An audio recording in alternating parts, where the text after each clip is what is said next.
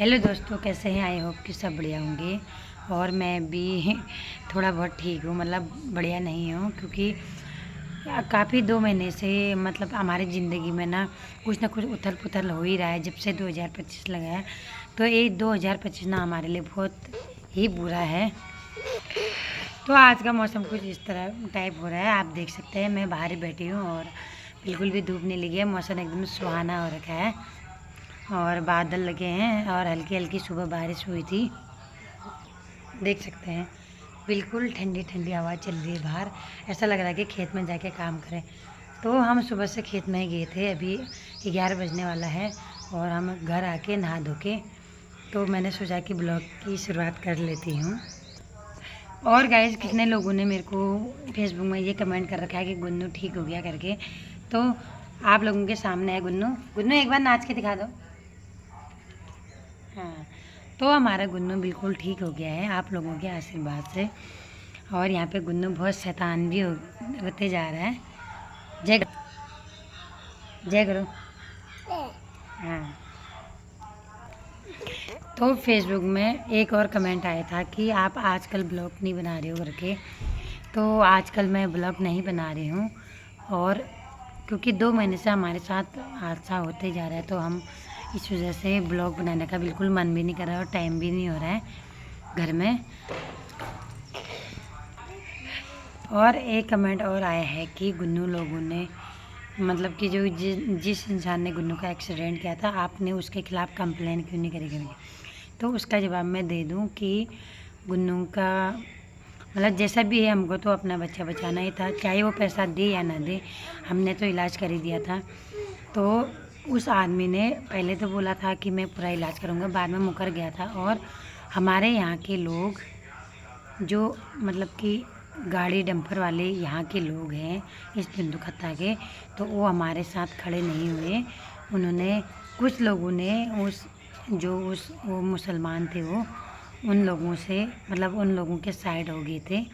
तो इस वजह से हमने कंप्लेन भी इसलिए नहीं करी, क्योंकि वो जो है ना, वो ड्राइवर जो भी जिसने भी एक्सीडेंट करता, वो कहते कि हम, मेरा एक ही गाड़ी है, मैं भी मिडिल क्लास से हूँ, हम भी गरीब हैं, ये वो करके। तो हमने इसलिए छोड़ दिया था उनको। हमने कहा चलो ठीक है, हमारा बच्चा तो थोड़ा ठीक हो गया है, खाली दूसरे को क्या परेशान करना, बाकी ऊपर वाला तो है ही, सब देखने वाला है ना। जो जो लोग मुकर गए थे हमारे खिलाफ़, उनको तो ऊपर वाला देखेगा। कि मतलब कि उन्होंने पहले बोला कि हाँ ये तुम्हारा बच्चे का इलाज करेगा, और बाद में कॉम्प्रोमाइज़ करो करके वो लोग फोर्स करने लग गए थे। तो वो उनके, मतलब उनके साइड हो गए। भगवान जाने जो भी है, ऊपर वाला तो देखिए देख रहा है सब, हम क्या ही बताएं। यूट्यूब में आपका किस नाम से आईडी है? तो गाइज यूट्यूब में मेरा दिया राज करके नया यूट्यूब चैनल खोल रखा है मैंने, जिसका नाम है दिया राज ब्लॉग।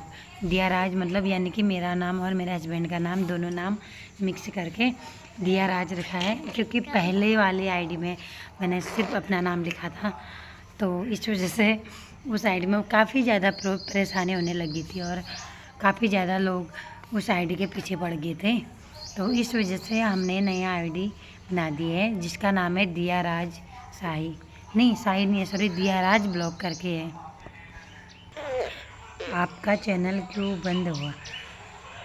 मेरा चैनल बंद होने का रीज़न ये था कि जो एक शादी में गई थी मैं, कहीं हल्दी थी, हमारे बगल में शादी थी, हल्दी थी। तो उनके शादी में बैकग्राउंड में कुछ ऐसे गाने बज रहे थे, जिसकी वजह से वहाँ से मैसेज आया कि मतलब कि ये गाना आप नहीं डाल सकते करके। तो वो मैसेज सीधा मेरे हस्बैंड के ईमेल में गया। तो हम दोनों जने एक ही ईमेल चलाते हैं, तो उनके ईमेल में गया। और उस टाइम मुझे नहीं पता था कि यूट्यूब से मैसेज आया है करके, और ना ही मेरे हस्बैंड ने देखा था। मेरे उसमें बस वो वीडियो ब्लॉक हो गई थी, ठीक है। तो वीडियो ब्लॉक हो गई करके मैंने दोबारा डाल दी, तो दोबारा भी फिर मेरे हस्बैंड के उसमें ईमेल आया, फिर मेरे को पता ही नहीं। फिर उसके बाद मैंने सोचा कि कॉपीराइट की वजह से आ रहा है, फिर मैंने बैकग्राउंड सारा हटा के फिर दोबारा वो वीडियो डाली, तीसरी बार वो वीडियो डाली। तो उसके बाद मेरा चैनल एकदम से बंद हो गया था। फिर 2-3 बार और खुला, नहीं, चैनल बंद हो गया था। तो फिर फेसबुक में कोई नहीं, यूट्यूब में एक आईडी है यूपी बॉय राज करके, तो उसने मेरी आईडी को हैक करी और उसने फिर उसी आईडी में अपने वीडियो डालना शुरू करा। तो मैंने उसको 1-2 बार कांटेक्ट करने की कोशिश करी, उसने मेरे को ब्लॉक कर दिया। फिर उसके बाद यूट्यूब से ये मैसेज आया कि तुम पुलिस में कंप्लेन कर लो। तो ये कहते हैं ना वो मतलब 3 कोर्ट से बचना चाहिए। तो समझ गए होगे। तो इस वजह से हम मतलब पुलिस की इस चक्कर में नहीं पड़ना चाहते थे, इसलिए मैंने वो बंद कर दिया। क्योंकि गाइस उस चैनल में मेरे को अभी उतने ज़्यादा पैसे भी नहीं मिलते थे, जितने कि मतलब कि जैसे 20-25 हज़ार महीने के मिलते तो कोई बात नहीं, मैं कर भी लेती। अब 5-10 हज़ार से क्या ही होता है, खाली पुलिस के चक्कर कौन काटे।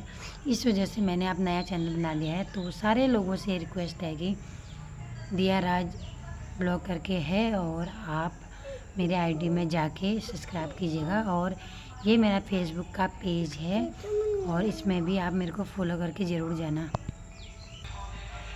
एक कमेंट और की, तुम्हारा इतना बड़ा मकान बना, पूरे मकान में तुम्हारे हस्बैंड कहीं दिखाई नहीं दी। तो गाइज वो कैसे दिखाई देंगे, वो तो आपको जब से हमारा मकान लगा है तब से कैसे दिखाई देंगे। अगर वो घर पे दिखाई देंगे तो नौकरी करके कौन लाएगा, पैसा कौन लेके आएगा, और मकान कैसे बनेगा ये बताओ। घर में तो ऐसा है नहीं कि पेड़ से तोड़ूं या फिर गड्ढे से निकालूं, ऐसा तो है नहीं। वो जॉब करते हैं और मैं घर पे संभालती हूँ कि मतलब कि एडजस्ट करती हूँ, और वो जॉब करके अपनी सैलरी घर भेजते हैं, तभी तो हमारा मकान बनेगा। नहीं तो गाइज मैं कहाँ से पैसे लेके आऊँगी। अरे वो घर में बैठे जाएंगे तो क्या, सामने अमरूद का पेड़ है, इसमें से थोड़ी निकालेंगे। कैसे कैसे लोग हैं यार, ऐसा कमेंट तुम करते क्यों हो।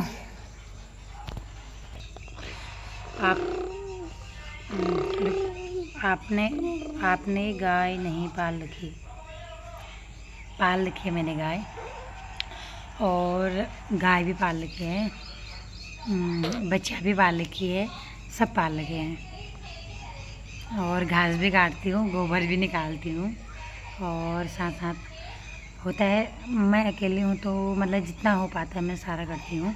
ऐसा नहीं कि ये वो मतलब करती हूँ, जितना मुझसे बन पाता है मैं सारा करती हूँ। मैं ये भी नहीं कह रही हूँ कि मैं इतना कामदार हूँ, ये इतना काम करती हूँ, ऐसा नहीं है। गाय अकेला आदमी का ना होता ही है। कभी जैसे खेत का काम करो, घर का वैसे रह जाता है, घर का करो खेत का वैसे रह जाता है, बच्चों का करो गाय भैंस का, गाय भैंस बच्चे, मतलब बहुत सारी ऐसी चीज़ है जो मतलब कि एक साथ एक आदमी नहीं कर सकता है। लेकिन मैं पूरी कोशिश करती हूँ कि मैं सब करूँ। पति के बिना तुम हरिद्वार नहाने कैसे गई।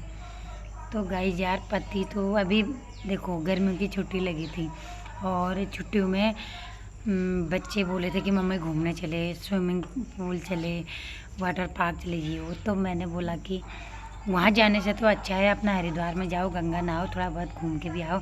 और वहाँ मेरी मौसी थी, और मौसी ने हमको सब जगह घुमाया। मौसी ने बोला कि हमारे घर आ जाओ और घूमने जाएंगे ये वो करके। तो हम यहाँ से गए थे मौसी के वहाँ, मैं गई थी, मम्मी गई थी, और नानी गई थी, मौसी, मौसाजी और मौसी के 3 बच्चे गए थे घूमने के लिए। इधर उधर जाने से तो हरिद्वार जाओ, गंगा नहाओ, और माँ चंडिका के मंदिर में गए, कोटद्वार गए। वहाँ बहुत ही अच्छा मंदिर है, बहुत ज़्यादा अच्छा, मतलब कि भीड़ तो लाखों करोड़ों के हिसाब से लोग वहाँ आते हैं। बहुत ज़्यादा अच्छा लगा मुझे वहाँ जाके, क्योंकि मैं पहली बार भी गई थी। और उससे पहले आपने मुझे देखा कहीं, इतने साल मेरे शादी के 6-7 साल हो गए, आज तक मैं कभी भी कहीं घूमने नहीं गई हूँ, और अभी फर्स्ट बार गई। और आप लोगों के कमेंट कि यार पति को कहाँ से लेके आए, अभी वो मुंबई हैं। मैंने तो उनसे कहा भी था कि हम मुंबई आते हैं घूमने के लिए, लेकिन उन्होंने बोला कि यार अभी थोड़ा मकान का भी हो रहा है, अभी मकान कंप्लीट नहीं हुआ है, जब तक मकान कंप्लीट नहीं होता तब तक घूमने की मत सोच करके। तो इसलिए मेरे पति मुंबई हैं, तो वो हमारे साथ नहीं आ पाई। तुम ब्लॉग बनाते टाइम ही तैयार हुए रहती हो, और टाइम तैयार होके नहीं रहती हो। तुम दिखने में तो ठीक ठाक लगती हो, लेकिन लेकिन बन बन ठन के नहीं रहती हो। तो गाइज यार मैं बन ठन के कैसे रहूँ? 2 बच्चे हैं, घर में झाड़ो पोछा, एक स्कूल जाता है, फिर ट्यूशन जाता है, फिर खाना बनाओ या आंगनबाड़ी पहुँचाओ, घर लाओ, और फिर घर में झाड़ू पोछा करो, खाना बनाओ, और ये इतना शैतान है कि मेरे को कुछ करने ही नहीं देता है काम वाम। और मत करना, रुक जा बेटा ब्लॉग में। तो इस वजह से मैं मतलब बच्चे होने के बाद कहाँ होता है सजने संवरने का टाइम। वही मुंह में मत डाल, फिर मैं नहीं बोलूँगी तुझसे। तो ये देखो लीड 1 मिनट में मुंह में डाल दो, सी गंदी बात।